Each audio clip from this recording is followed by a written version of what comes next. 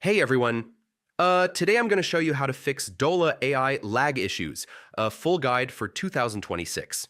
If it's responding slowly, freezing, or taking too long to process tasks, these steps will help. First, make sure your internet is fast and stable. A weak connection can cause lag. Restart your router or switch to a wired connection to improve speed. Next, close unused browser tabs and background programs. Too many open apps can slow down your PC and affect Dola AI performance. Free up resources for smoother operation, then clear your browser cache and cookies. Stored data can interfere with performance. Clear cache, reload Dola AI, and check if it's faster. Browser extensions or VPNs can also cause lag. Disable ad blockers, security add-ons, or VPNs temporarily and see if Dola AI runs smoother. Finally, try a different browser or device.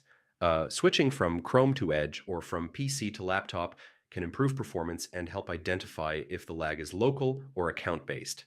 And that's it. Following these steps usually fixes Dola AI lag issues. If it's still slow, contact support. They can help with account-specific problems. Thanks for watching.